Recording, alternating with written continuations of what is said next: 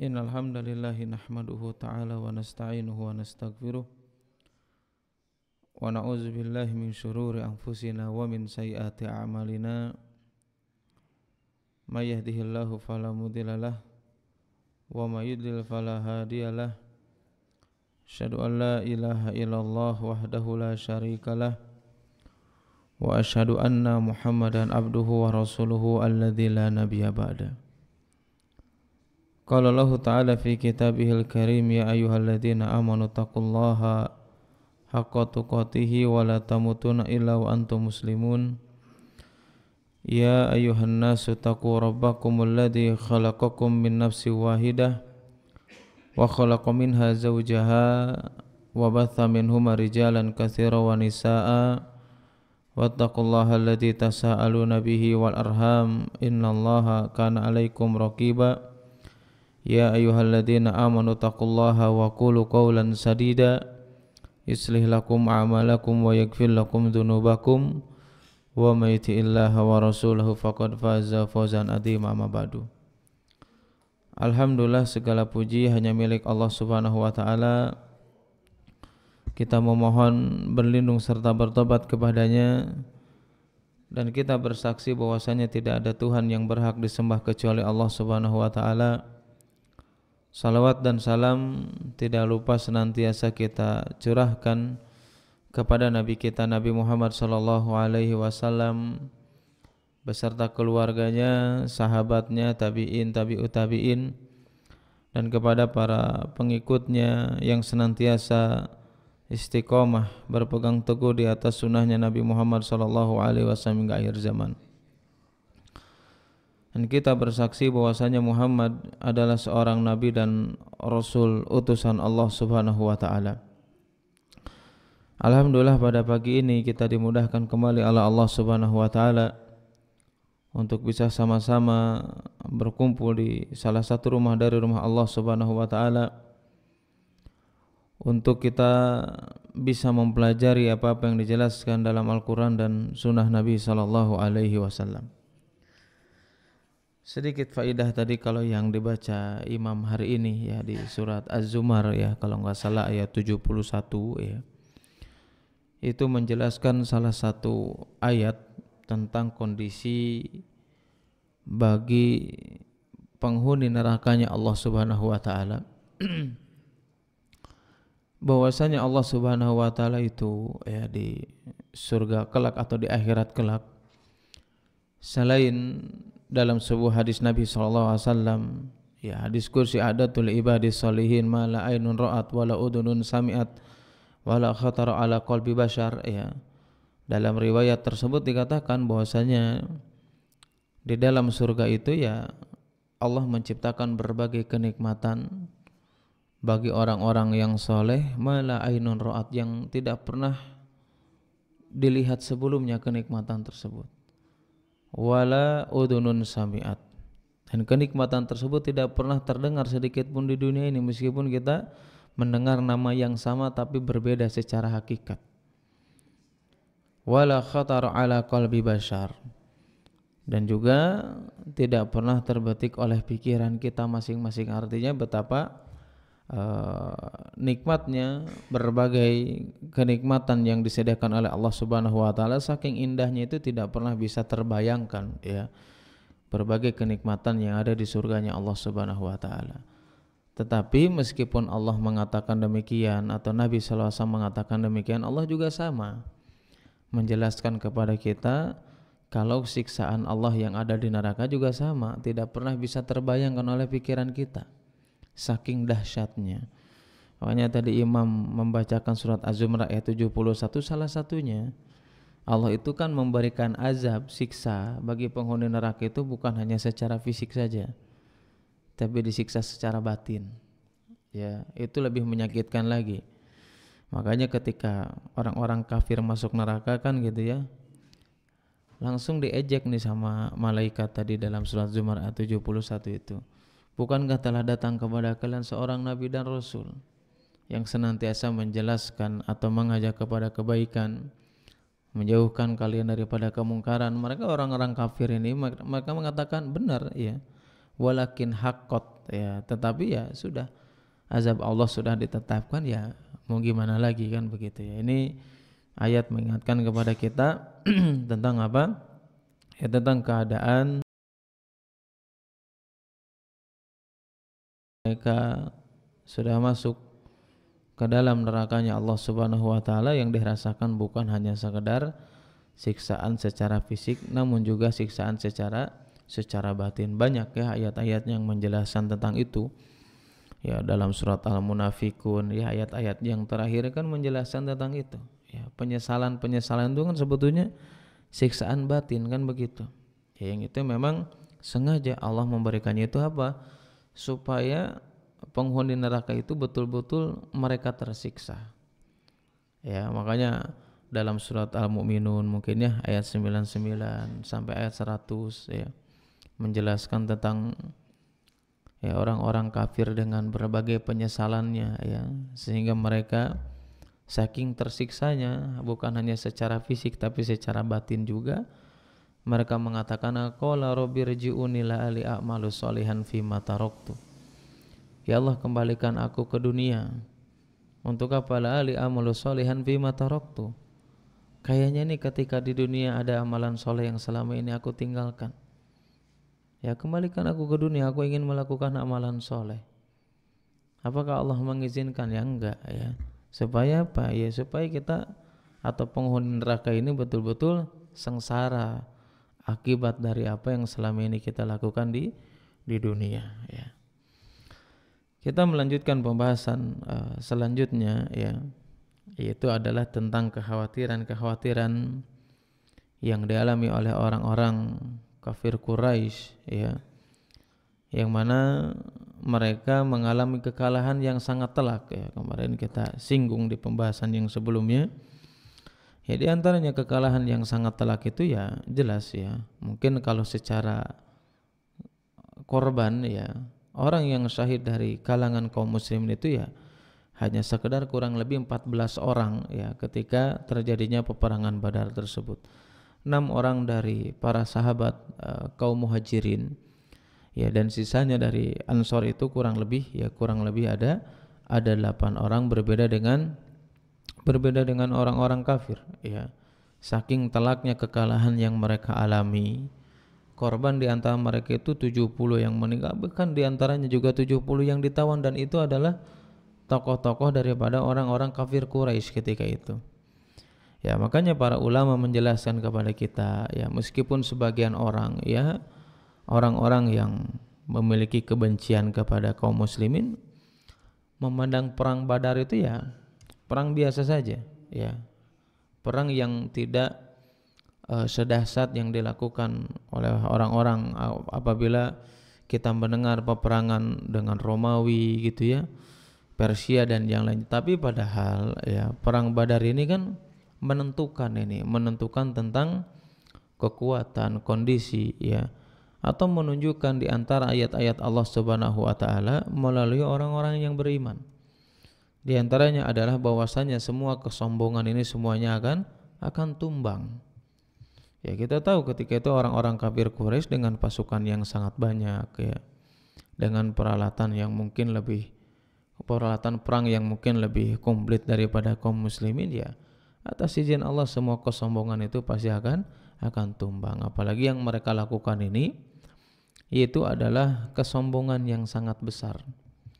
Ya, kita tahu kesombongan yang sangat besar yang dijelaskan oleh Allah Subhanahu wa taala dalam surat Luqman ayat 13, inna syirka la dzulmun adzim.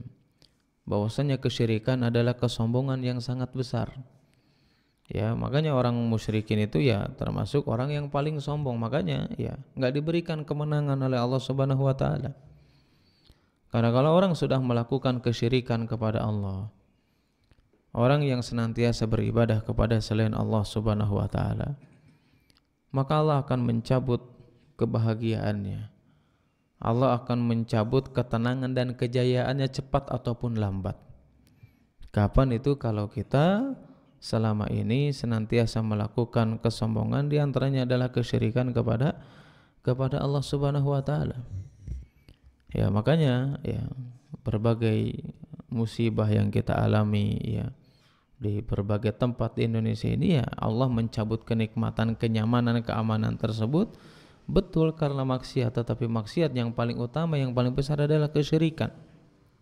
Makanya Allah menghilangkan ketenangan baik pada suatu kelompok ataupun pada diri kita yang selama ini senantiasa melakukan kesyirikan kepada Allah Subhanahu wa taala, sebagaimana dijelaskan dalam surat Al-An'am ayat 82. Allah Subhanahu wa taala menjelaskan, walladzina amanu wa lam yalbisu imanahum bidzulmin ulaika lahumul hamnu wa hum muhtadun.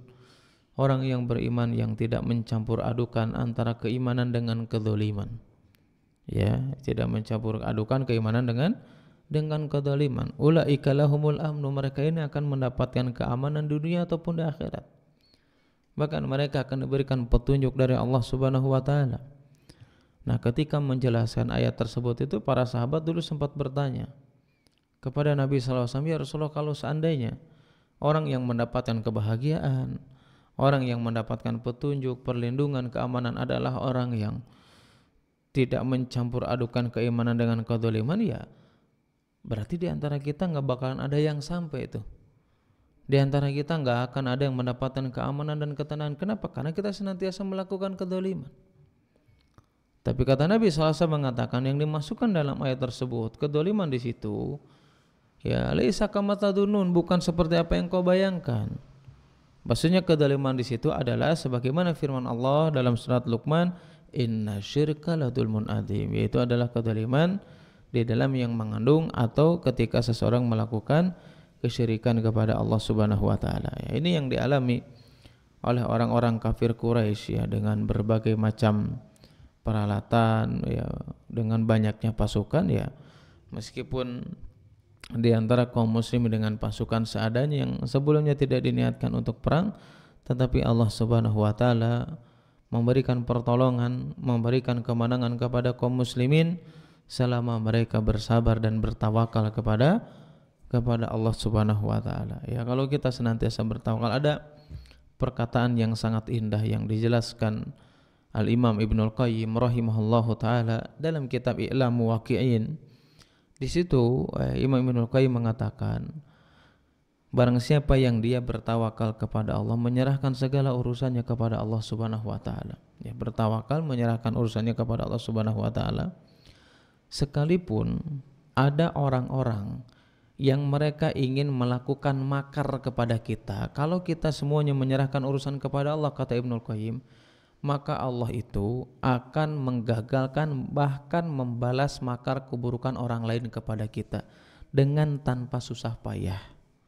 Ya, tanpa kita mengeluarkan tenaga, tanpa kita harus susah payah. Kapan? Syaratnya satu aja, ketika kita bertawakal kepada Allah, ketika kita menyerahkan segala urusannya kepada Allah Subhanahu wa taala. Siapapun yang ingin melakukan keburukan kepada kita, kalau kita betul-betul bertawakal kepada Allah, akan menolong kita dengan tanpa susah payah, dengan cara Allah Subhanahu wa taala, sebagaimana ini juga yang dialami oleh kaum muslimin ketika perang Badar.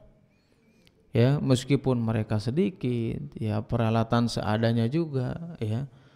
Tapi apa yang mereka lakukan? Bertawakal kepada Allah Subhanahu wa taala dibarengi dengan ikhtiar. Allah Subhanahu wa taala memberikan pertolongan. Ya, melalui apa? Melalui malaikat yang diutus oleh Allah Subhanahu wa taala. Ya, makanya ketika kekalahan dialami oleh orang-orang kafir Quraisy ketika itu, ya, mereka itu sebetulnya malu, ya, karena sudah sombong duluan. Akhirnya mereka merasakan rasa malu. Ya, di antara mereka yang selamat atau yang kabur dari peperangan ya, yang dilakukan antara kaum muslimin dengan orang kafir Quraisy ketika perang Badar itu, ya, mereka kocar-kacir dengan lari ke berbagai tempat tanpa arah gitu. Dan salah satunya yang mengabarkan, salah satunya yang masuk ke kota Makkah ketika itu, mengabarkan kepada orang-orang kafir Quraisy, yaitu adalah Haisuman bin Abdullah Al-Huzai, yaitu di antara seseorang yang pertama kali masuk ke Makkah mengabarkan tentang kekalahan apa? Kekalahan kaum musyrikin ketika itu. Ya, ketika menjelaskan, ya, siapa namanya? Haisuman ini mengatakan, ya, di antaranya kepada Umayyah bin Khalaf ketika itu mengabarkan bagaimana kondisi, bagaimana apa yang dia alami. Dia mengatakan ya bahwasanya Utbah bin Rabi'ah ya, kemudian juga Abul Hakam, mereka sudah tewas. Umayyah bin Khalaf mereka sudah tewas. Ya, Abul Hakam di sana dijelaskan juga ya, Abul Hakam itu siapa, Pak? Abu Jahal ya, nama gelar pertamanya atau lakob atau kunyah sebelumnya adalah Abul Hakam. Adapun nama aslinya adalah Amr bin Hisham Al-Makhzumi ya. Abul Hakam itu gelar sebelum digelari Abu Jahal. Kenapa digelari jadi Abu Jahal? Memang pada sebelumnya ya, Abu Jahal ini kan digelari Abul Hakam ini bapaknya yang bijaksana. Nah, karena memiliki kecerdasan memang. Ya, dan dia juga termasuk orang yang ikut di di konferensi di rapat atau perkumpulan di Darun Nadwa. Bahkan ya, kenapa berubah menjadi Abu Jahal, bapaknya kebodohan? Di antara para ulama menjelaskan, ini di antara sebabnya ketika Abu Jahal ini membunuh Sumayyah bin Khayyat. Ya, dengan cara apa? Dengan cara menombak atau memasukkan tombak ke kemaluannya Sumayyah bin Khayyat. Maka dari situ digelari sebagai Abu Jahal. Bapaknya kebodohan. Yang kemarin kita singgung ya, bahwasanya Abu Jahal ini itu matinya itu ya ketika perang Badar oleh dua remaja ya, siapa? Mu'ad dan Mu'aid, atau Mu'aid dan Mu'ad dari Bani Arfa atau dari Arfa. Ya, yang ketika itu memang Abdurrahman bin Auf ini enggak menyangka nih. Ini dua remaja ini kayaknya enggak disangka bisa menumbangkan Abu Jahal. Ya, bahkan bertanyakan kepada Abdurrahman bin Auf, mana yang namanya Abu Jahal ini? Ya. Maka Abdurrahman bin Auf nanya, kenapa kamu ingin mencari Abu Jahal? Ya karena ketersinggungannya senantiasa menghina Nabi sallallahu alaihi wasallam. Mereka berdua menyerangnya ya sampai tersungkur, meskipun setelah tersungkur itu Abu Jahal itu ketika tersungkur ini kan Ibnu Mas'ud ini setelah peperangan selesai perang Badar ini berkeliling nih. Dicek lagi, diperiksa lagi siapa yang tersisa dan yang lainnya. Ketika mendapati Abu Jahal ya, Ibnu Mas'ud ini berbincang dengan Abu Jahal. Kemudian Abu Jahal mengatakan, siapa hari ini yang memenangkan peperangan? Kata Ibnu Mas'ud mengatakan, yang memenangkan peperangan hari ini adalah Allah Subhanahu wa ta'ala dan Rasulnya. Kemudian kata Abu Jahal mengatakan, sungguh kalian telah mendapatkan puncak yang tinggi dengan melewati kesukaran wahai penggembala kambing. Apa yang dilakukan oleh Ibnu Mas'ud? Ibnu Mas'ud langsung memenggal kepalanya. Ya, memenggal kepala Abu Jahal, membawanya dengan sedikit robek telinganya. Ya, kenapa sudah robek telinganya? Ketika dibawa kepalanya ini kepada Nabi SAW, Ibnu Mas'ud mengatakan, telinga ini dibalas dengan telinga. Ya. Dengan apa? Telinga dibalas dengan telinga, dengan dilebihkan dengan diberikannya kepala. Kenapa Ibnu Mas'ud mengatakan demikian? Karena Ibnu Mas'ud ini salah satu telinganya ini terputus atau terluka atau sobek ini, siapa yang melakukannya? Adalah Abu Jahal laknatullah alaihi. Ya, yang melukai siapa? Sahabat Nabi SAW, di antaranya Ibnu Mas'ud. Ya, bahkan saking hina dinanya mereka, Nabi SAW ketika itu ya, ketika sudah selesainya perang Badar, Nabi memerintahkan kepada para sahabat yang lainnya kurang lebih itu mengumpulkan 24 orang korban dari orang-orang kafir Quraisy tersebut yang sudah mati alias meninggal ya. Itu 24 orang itu dimasukkan ke dalam sumur yang sangat menjijikan. Sebagai apa? Sebagai menunjukkan untuk kehinaan kepada mereka. Ya, makanya ketika dikabarkan tentang itu ya, dikabarkan tentang kekalahan mereka di antaranya oleh orang kafir Quraisy yang tadi pertama masuk ya, yaitu adalah Haisuman ya. Itu mengabarkan tentang kekalahan mereka ya. Sofyan bin Umayyah ini enggak reaksi sedikit pun. Dia diam aja. Sampai dalam riwayat lain ya dijelaskan yaitu adalah Abu Rafi. Abu Rafi ini diantaranya sahabat Nabi SAW dan mantan pembantunya Rasulullah SAW. Beliau mengatakan ya bahwasanya aku ini pernah menjadi pembantunya Al-Abbas. Dan ketika itu Islam ini sudah masuk ke kalangan keluarga, diantaranya keluarganya Abbas. Ummu Fadl termasuk aku juga masuk menjadi seorang muslim, kata Abu Rafi. Ya, tetapi keluarga Abbas dan kami menyembunyikan keislaman ketika itu. Dan ketika kami mendengar tentang kemenangan kaum muslimin ya atas orang-orang kafir Quraisy di peperangan Badar tersebut, kami merasakan kebahagiaan. Meskipun kami memandang ya bahwasanya Abu Lahab ketika itu yang tidak ikut peperangan ya. Abu Lahab kan tidak ikut peperangan kan begitu ya. Kemarin yang diutus siapa? Al-As bin Hisham ya, orang yang memiliki hutang kepada Abu Lahab ya. Langsung yang dia kata Abu Rafi ini, semakin terhina dan rendah ketika aku mendengar kemenangan apa? Kemenangan kaum muslimin. Ya, bahkan kata Abu Rabi mengatakan ketika itu aku ini adalah orang yang lemah, yang tugasku ini hanya meraut atau mempersiapkan apa? Busur panah. Dan aku ketika membuat busur panah ini duduk aku bersandar ya di batu yang menjadi batas sumur Zam-Zam. Ketika aku sedang meraut ya membuat busur panah, tiba-tiba datang Abu Lahab ya dan menyandarkan punggungnya di belakang punggung aku. Ya, ya terdiam sampai datang Abu Sufyan ya, orang-orang yang ada di sekitar Abu Lahab ketika itu, ketika datang Abu Sufyan mengabarkan Abu Sufyan telah datang. Sampai apa? Sampai Abu Lahab mengatakan, apa berita yang engkau kabarkan kepadaku wahai keponakanku? Berita apa yang engkau dapatkan dari tentang peristiwa terjadinya peperangan antara kaum muslimin dengan orang-orang kafir Quraisy ketika itu? Apa yang dikatakan Abu Sufyan? Dia mengatakan bahwasannya berita yang dikabarkan kepada Abu Lahab ketika itu bahwasanya mereka ini menyerang kami ya, menawan kami sesuka hati mereka, maksudnya kaum muslimin. Tetapi aku tidak pernah mencela siapapun. Kenapa? Kata Abu Sufyan, karena kami atau pasukan kita ini berhadapan dengan pasukan yang mereka memakai baju putih, yang mereka berada di langit dan di bumi. Ya, mereka berada di langit dan di bumi. Mereka dengan postur yang gagah, menggunakan kuda yang gagah, yang mana kudanya tersebut ketika peristiwa terjadi peperangan Badar tersebut tidak ada sedikit pun bekas langkahnya di atas tanah ini. Kemudian Abu Rafi mendengar demikian, dia langsung berdiri. Demi Allah bahwasanya itu adalah pasukan malaikat. Ya, karena memang sudah merasa sedih dengan kekalahan yang dialami oleh orang-orang kafir ketika itu, maka ketika mendengar Abu Rafi mengatakan demi Allah itu adalah pasukan apa? Pasukan malaikat, maksudnya adalah pertolongan dari Allah Subhanahu wa taala.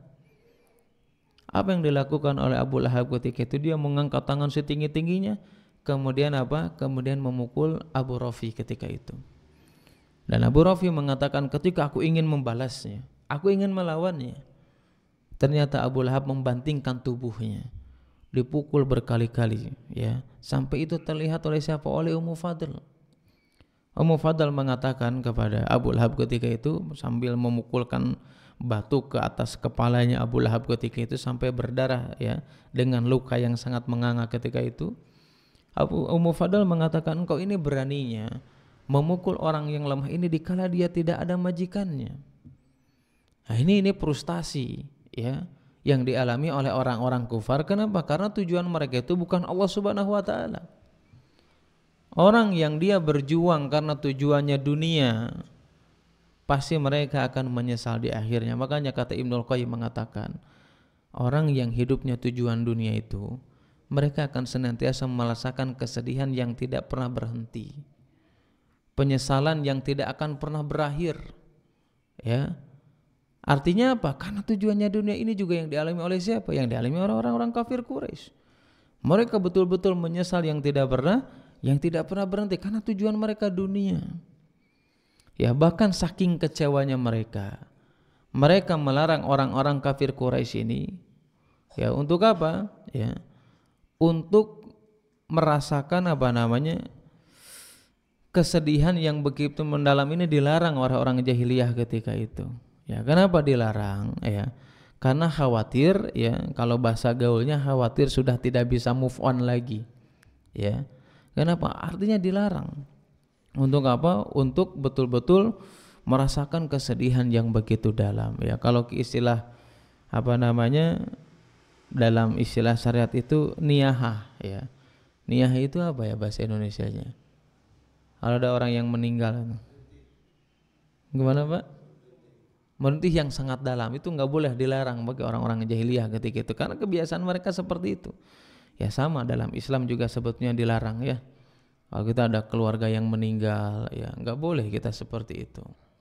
Meratapi, masya Allah. Nah itu betul meratapi. Ya, tidak boleh meratapi yang begitu dalam.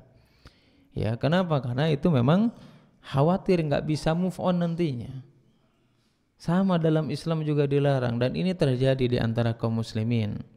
Kebiasaan-kebiasaan jahiliyah itu adalah meratapi orang yang sudah meninggal, ini nggak boleh hukumnya. Itu termasuk dosa besar Pak. Ya, meratapi orang yang sudah meninggal. Makanya banyak riwayat, salah satunya dalam riwayat Bukhari dan Muslim, ya, hadis dari Umar bin Khattab, hadis dari Aisyah, hadis dari Ibnu Umar, ya, ini meratapi ini kenapa? Di antara dosa besar ini akan menjadi beban bagi orang yang sudah meninggal.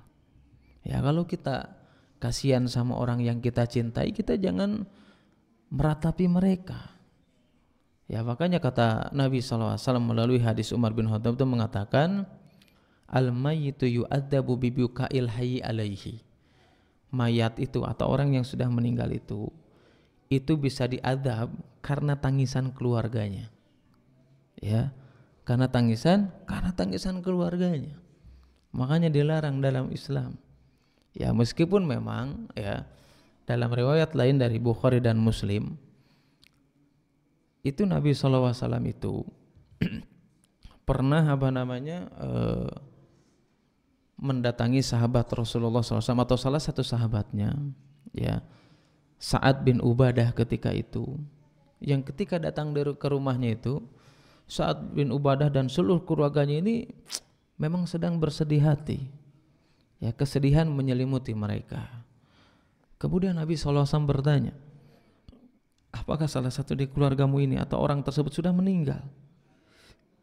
Maka Sa'ad bin Ubadah atau keluarganya mengatakan, oh belum meninggal. Kemudian Rasulullah juga meneteskan air mata. Ya, meneteskan air mata. Nah, di sisi lain kita meratapi nggak boleh, tapi di sisi lain Nabi juga pernah meneteskan air mata. Maksudnya seperti apa yang dilarang itu? Itu adalah meratapi orang yang meninggal didasari dengan sikap ketidakridhoan. Ya, ketika orang yang kita cintai meninggalkan kita, kira-kira cirinya seperti apa? Para ulama mengatakan di antara ciri orang yang meratapi nggak ridho, ketika ada orang yang meninggal atau keluarganya meninggal, dia termasuk orang yang nggak ridho atau meratapi itu. Kadang ada orang mengatakan, kenapa sih kamu itu orang baik kok begitu cepat meninggalkan saya? Harusnya kamu ada di samping saya. Kamu jangan meninggalin saya lebih dahulu. Nah, ini kalimat-kalimat yang dilarang, yang ini termasuk meratapi, yang ini termasuk dosa besar, nggak boleh. Ya, nah yang jadi pertanyaan lagi, kenapa sih gitu ya? Kenapa sih kalau orang meratapi ini atau orang menangisi atau meratapi orang yang sudah meninggal, kok keluarganya dibawa-bawa gitu? Kan pertanyaannya seperti itu. Keluarganya yang nangis, kok kenapa mayatnya yang diazab, kan begitu pertanyaannya. Memang di dalamnya ada perbedaan para ulama ya. Dijelaskan Imam Nawawi rahimahullahu taala dalam kitab Syarah Sahih Muslim, kenapa sih mayat enggak punya salah apa-apa gara-gara tangisan ini atau ratapan ini kok tiba-tiba diazab juga? Kata Imam Nawawi mengatakan yang dimaksud hadis tersebut, seorang mayat ini atau seorang yang meninggal ini akan diazab karena tangisan keluarganya adalah kalau seandainya orang yang meninggal sebelum wafatnya dia berwasiat, ya berwasiat untuk diratapi setelah meninggal, kemudian keluarganya ini menjalankan wasiatnya, nah ini kena azab. Tapi kalau seandainya orang yang meninggal ini nggak berwasiat apa-apa, kemudian keluarganya meratapi, ya yang meninggal tidak ada urusan di dalamnya. Ya ini yang harus kita waspadai. Kenapa demikian? Karena memang adat jahiliyah terdahulu atau adat orang Arab atau jahiliyah terdahulu, mereka saling berwasiat ketika hendak meninggal. Jadi kalau meninggal A, B, C dan yang lainnya, ya wasiat-wasiat yang melanggar daripada syariat ini nggak boleh kita lakukan, nggak boleh kita laksanakan. Ya kalau kita lakukan justru bukan kebahagiaan bagi orang yang meninggal. Ya justru kesulitan, bahkan azab dari Allah Subhanahu wa taala. Ya bahkan ya Nabi itu dalam sebuah hadis yang diriwayatkan Imam Muslim, ya itu mengatakan bahwasanya seorang perempuan, ya yang mereka meratapi orang keluarganya yang meninggal, hari kiamat kelak, ya dia akan diberikan pakaian dari apa? Dari cairan timah panas. Coba karena apa? Cuman karena meratapi, ya nangis mah boleh saja. Bahkan dalam riwayat Anas bin Malik radhiyallahu taala anhu, Nabi juga sama. Ya, ketika menemui, ya di antaranya adalah seorang suami yang istrinya itu ketika itu di antara yang mengasuh menyusui salah satu anaknya Rasulullah itu adalah Ibrahim. Ya datang Nabi SAW ketika itu, ya. Kemudian apa? Ya, memeluk, ya, menciumnya Ibrahim tersebut. Enggak lama demikian ternyata Ibrahim ini meninggal. Kemudian Nabi meneteskan air mata. Abdurrahman bin Auf nanya, ya Rasulullah, kenapa kamu meneteskan air mata? Kata Rasulullah SAW, air mata yang aku tumpahkan ini adalah air mata kasih sayang. Artinya, ya kalau seandainya hanya sekedar meneteskan air mata, ya wajar karena kita manusiawi kan, ditinggalkan orang yang kita cintai, pasti kita sedih. Hanya sekedar meneteskan air mata untuk menunjukkan kesayangan kita kepada mereka yang sudah meninggal, ini dibolehkan. Yang nggak bolehkan itu meratapinya dibarengi dengan ketidakridhoan, ini nggak boleh. Makanya ketika Nabi mengatakan kepada Abdurrahman bin Auf, ini tangisan sayang, tangisan kasih sayang. Makanya dalam riwayat lain Nabi mengatakan apa?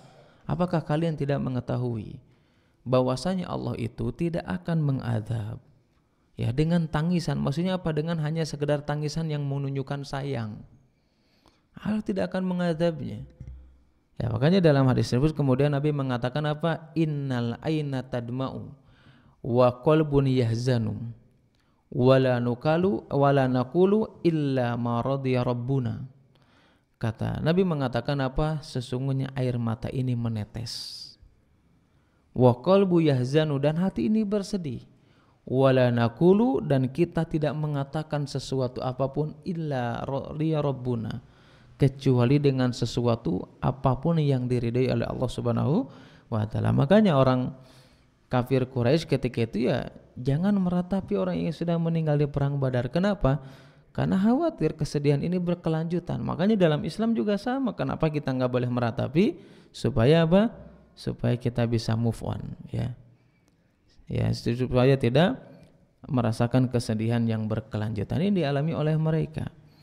Ya makanya ya ketika kemenangan ini datang, ya kepada kaum muslimin ketika peristiwa perang Badar tersebut, ya maka Nabi SAW ya tidak meninggalkan begitu saja, tidak meninggalkan kaum muslimin begitu saja.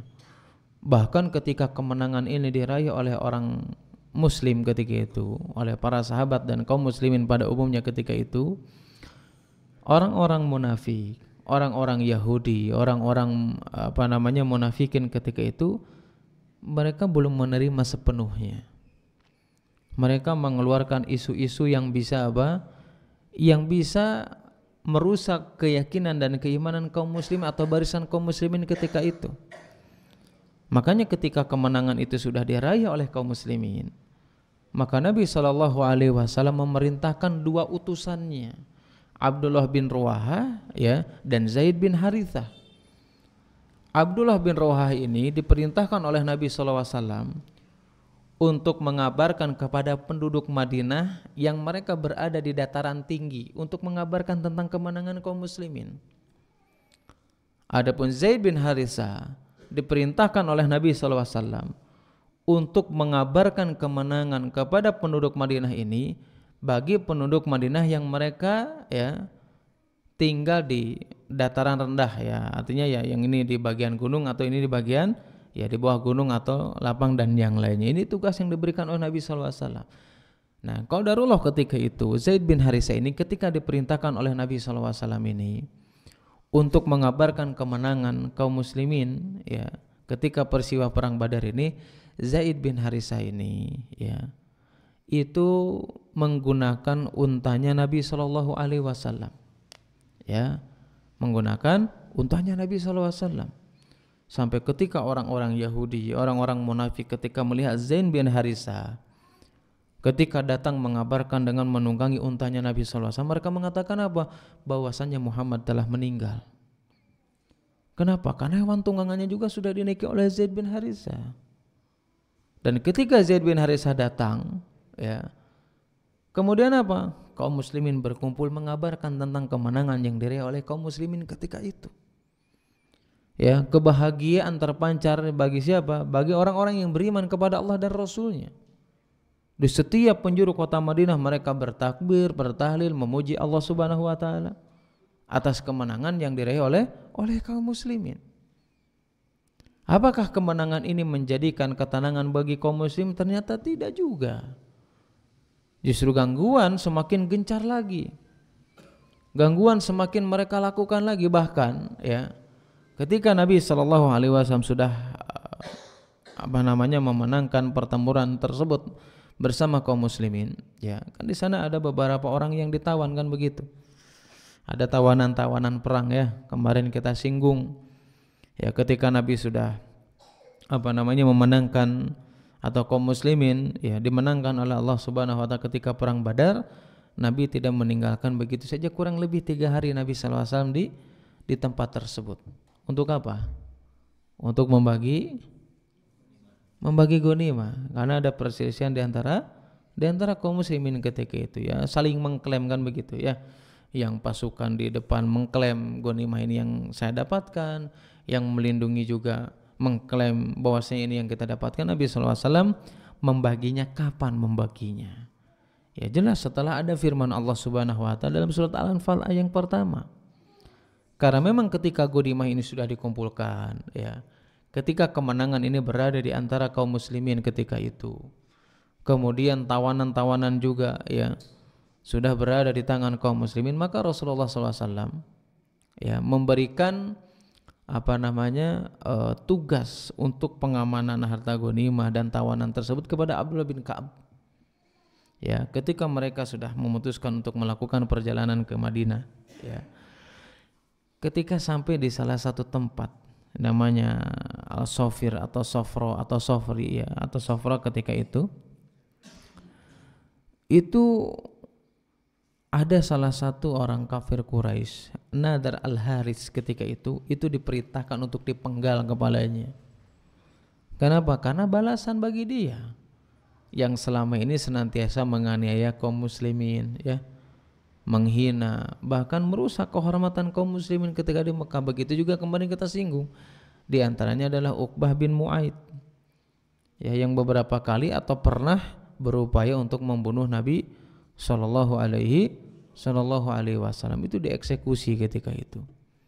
Ya, nah kemenangan ini, ya kemenangan yang dialami oleh kaum muslimin ini justru ya menjadikan gejolak dendam ini semakin bertambah lagi bagi siapa? Bagi orang-orang kafir Quraisy ketika itu.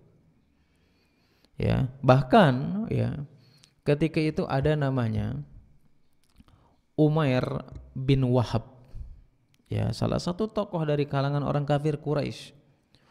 Umair bin Wahab ini ya, karena keluarganya juga ada Wahab bin Umair bin Wahab, anaknya Wahab juga. Itu salah satu korban yang terbunuh ketika terjadi peperangan Badar. Nah, Umair bin Wahab ini ya, dia duduk di Hijr ketika itu. Kemudian datang Safwan bin Umayyah, ya, karena dia merasakan kesedihan keluarganya ada yang mati kan begitu.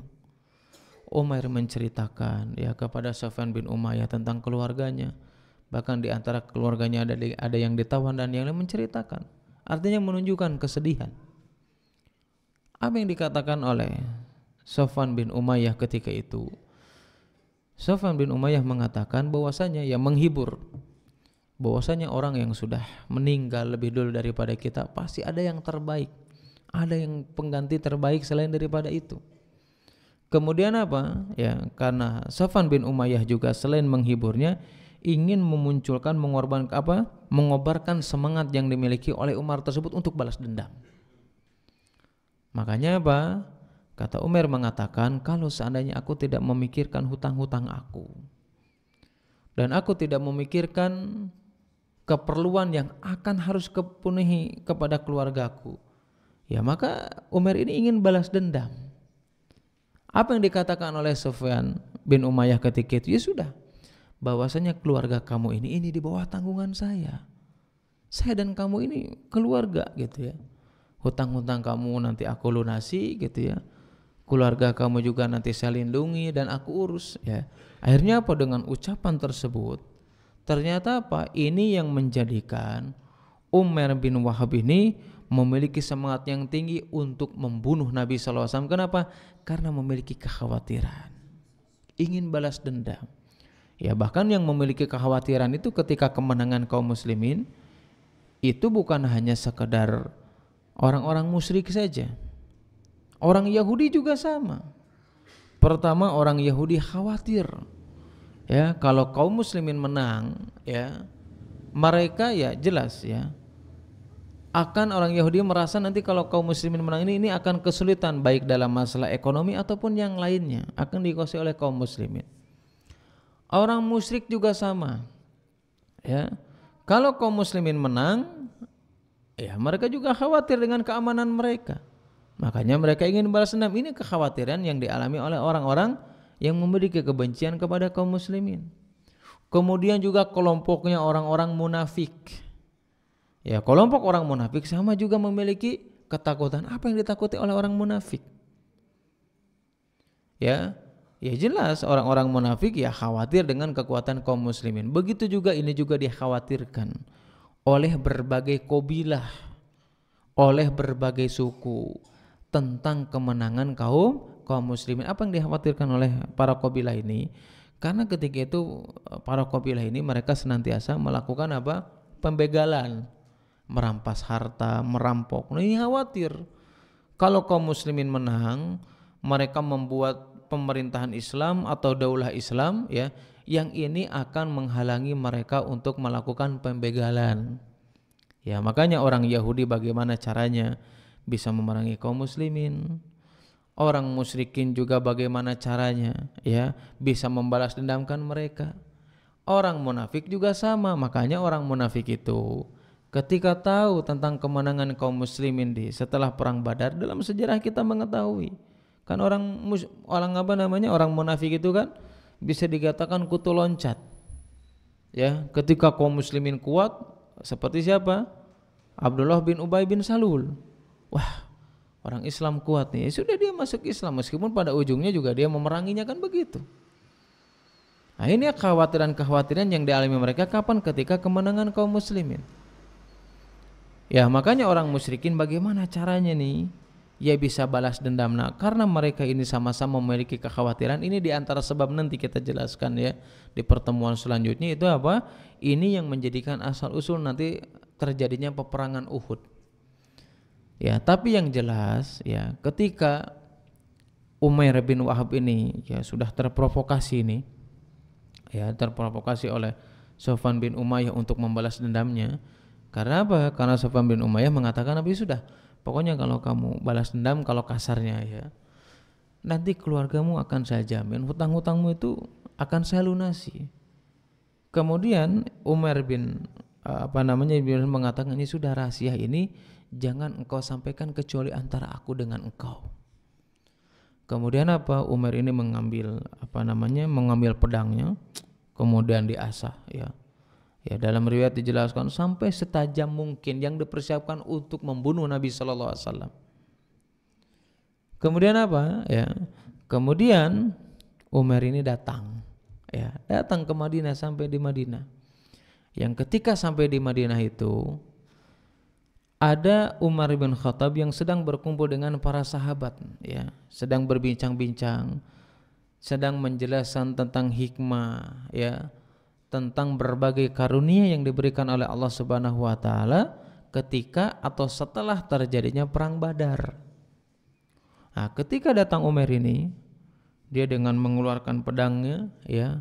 Kemudian Umar bin Khattab ini melaporkan kepada Nabi SAW atau mengabarkan, ya, bahwasanya kita kedatangan seseorang itu adalah Umar. Rasulullah, apa yang dilakukan Rasulullah? Ya sudah, suruh aja dia masuk. Rasulullah nggak ada sedikit pun rasa takut. Ya udah, nggak apa-apa, suruh aja dia datang, suruh dia masuk. Ya, ketika itu Umar bin Khattab memerintahkan kepada para sahabat yang sebelumnya berkumpul dengan Umar bin Khattab, sama diperintahkan untuk masuk untuk menjaga Nabi SAW. Kenapa? Karena khawatir, ya, kalau orang tersebut akan membunuh Nabi SAW. Ketika bertemu dengan Nabi SAW, dikalungkan pedangnya di hadapan Nabi SAW. Maka Rasulullah bertanya kepada Umar, ya, apa maksudmu, tujuanmu itu apa? Datang ke sini dengan mengalungkan atau membawa pedang di hadapan, tujuanmu itu apa? Bukankah engkau yang selama ini mengatakan kepada Sofwan, engkau memiliki hutang, gitu ya, engkau memiliki tanggungan. Kalau seandainya tidak memiliki hutang, tidak memiliki tanggungan, engkau akan membunuh aku, ya, dan kamu tidak akan mungkin datang ke tempat ini kecuali apa? Untuk membunuh aku, kata Nabi SAW. Kemudian Umar mengatakan apa? Demi Allah, bahwasanya engkau adalah Rasul utusan Allah Subhanahu wa taala. Dan aku yakin, ya, apa yang engkau sampaikan itu adalah wahyu dari Allah Subhanahu wa taala. Ya, dan aku ketika itu mendustakan apa yang engkau sampaikan. Maka dari kisah ini, yang tadinya Umar ini bin Wahab ini dengan semangat yang tinggi, dengan niat yang sudah tekad yang sangat sudah bulat, ingin membunuh Nabi SAW, semuanya tidak terjadi dan dia memutuskan menjadi seorang muslim, beriman kepada Allah dan Rasulnya. Sampai Nabi mengatakan apa? Ajarkanlah saudaramu ini tentang agama. Ajarkanlah, bacakanlah kepada saudaramu ini apa? Tentang apa? Tentang Al-Quran. Dan apa yang dialami Umar ini, dia memutuskan menjadi seorang muslim. Kemudian, ya, karena Sofwan bin Umayyah ini menanti-nanti kabar apa yang dilakukan Umar ini, sampai mengatakan kepada siapapun, ya, orang yang bertemu dengan Sofwan bin Umayyah ini, kalian ini harus menunggu tentang kabar gembira, yang kabar ini akan menghilangkan duka dengan peristiwanya perang Badar. Maksudnya apa? Kabar di sini yang diharapkan oleh orang-orang kafir Quraisy melalui Sofwan bin Umayyah ini, kabar gembira ini dengan wafatnya Rasulullah. Ternyata ini tidak terjadi. Ya, ditunggu-tunggu ini kabar gembira nih, apa yang dilakukan Sofwan. Ternyata apa? Justru kabar yang datang kepada Sofwan ini apa? Tentang masuk Islamnya Umar bin Wahab radhiyallahu taala anhu. Akhirnya apa? Karena dia tahu nih, ya, Umar bin Wahab sudah memutuskan menjadi seorang muslim, dia bertekad, pokoknya saya tidak akan pernah sedikit pun berbicara, ngajak ngobrol, menyapa siapa? Menyapa Umar ketika dia pulang ke Mekah. Ternyata betul, ya, Umar ini pulang ke Mekah, ya. Ya, Sofwan bin Umayyah ini tidak mempunyai reaksi yang baik, ya. Berbeda dengan sebelumnya ketika dia memutuskan sebelum menjadi seorang muslim. Akhirnya apa? Ya, karena Umar bin Wahab ini memutuskan menjadi seorang muslim, ternyata apa? Dia menjadi salah satu sahabat Nabi SAW yang senantiasa memiliki semangat yang tinggi, ya, menyebarkan Islam di Makkah. Ya, banyak sahabat-sahabat yang lain atau kaum muslimin yang lainnya, mereka memutuskan untuk menjadi seorang muslim, untuk menjadi orang-orang yang beriman kepada Allah dan Rasulnya melalui lisannya Umair bin Wahab radhiyallahu taala anhu, yang sebelumnya dia memiliki kebencian kepada Nabi sallallahu alaihi wasallam.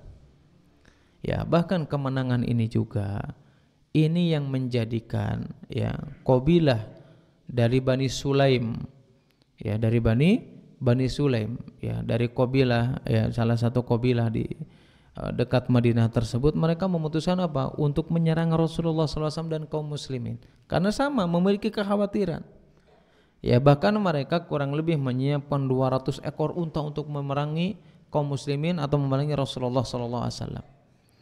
Ya, makanya ketika makar-makar ini yang dilakukan oleh kaum musyrikin ini, ya karena didasari dengan kebencian tersebut, tapi informasi yang lebih dulu sampai kepada Nabi SAW itu apa? Tentang kabilah Bani Sulaim yang akan memerangi kaum muslimin di Madinah, ingin mengambil alih. Ya, karena Rasulullah SAW tahu tentang niatan mereka untuk memerangi Rasulullah dan kaum muslimin, Rasulullah langsung datang. Ya, langsung datang kepada mereka. Dan beliau datang bahkan berdiam diri selama kurang lebih 3 hari. Itu di samping kabilah mereka, di samping kabilahnya Bani Sulaim. Ini belum melakukan perlawanan, Rasulullah baru datang aja. Ya, mereka kocar-kacir takut dengan Nabi SAW. Ya, sampai mereka juga yang meninggalkan 200 atau sebagian mengatakan 500 unta dan yang lainnya, yang itu dibagikan oleh Nabi SAW kepada kaum muslimin. Ini yang dikhawatirkan. Ternyata kekhawatiran yang dialami oleh orang-orang yang membenci kaum muslimin ini bukan hanya sekedar dialami oleh orang musyrik. Ternyata orang Yahudi, orang musyrik, ya, kemudian juga orang munafik, kemudian kabilah-kabilah yang selama ini mereka mengambil rampasan atau mengambil harta orang lain, ini yang dikhawatirkan ketika kemenangan ini dipegang oleh kaum muslimin. Makanya Allah Subhanahu wa taala menjelaskan dalam surat Al-Maidah kalau enggak salah ayat 72 atau 82, di situ Allah Subhanahu wa taala menegaskan kepada kita, la tajidanna asyadan nas, ya, adawatan lil ladzina amanu al-yahud alladzina hum yusyrikun. Bahwasanya Allah mengabarkan kepada kita semuanya, kita ini akan senantiasa yang menemui orang-orang yang betul-betul memiliki kebencian, kedengkian yang sangat dahsyat kepada kaum muslimin. Siapa mereka? Dan Allah mengatakan dalam ayat tersebut, mereka adalah orang-orang Yahudi dan mereka adalah orang-orang yang melakukan kesyirikan kepada Allah Subhanahu wa taala. Ya, orang yang memiliki kesyirikan atau yang melakukan kesyirikan, sampai kapanpun mereka akan benci dengan dakwah Rasulullah SAW, dengan tuduhan-tuduhan yang keji. Ya, ketika kita menjelaskan tauhid ini kesyirikan, ini diharamkan, ya, ini dakwah tauhid, ini dakwah syirik, wah ini dituduh yang lainnya, dituduh dengan gelar-gelaran yang apa? Yang menyakitkan. Ya wajar, enggak apa-apa. Kenapa? Karena Allah sudah menjelaskan dalam surat Al-Maidah tersebut, kalian akan senantiasa menemui orang-orang yang memiliki permusuhan, kebencian yang begitu dahsyat, yaitu adalah orang Yahudi dan orang-orang yang melakukan kesyirikan kepada Allah Subhanahu wa taala. Wallahu a'lam bishawab. Jelas, Pak? Jelas, mudah-mudahan jelas ya. Dan mudah-mudahan bisa difahami. Ya, bukan hanya sekedar jelas dan kita bisa mengambil pelajaran dari kisah atau peristiwa daripada perang Badar. Wallahu a'lam bishawab.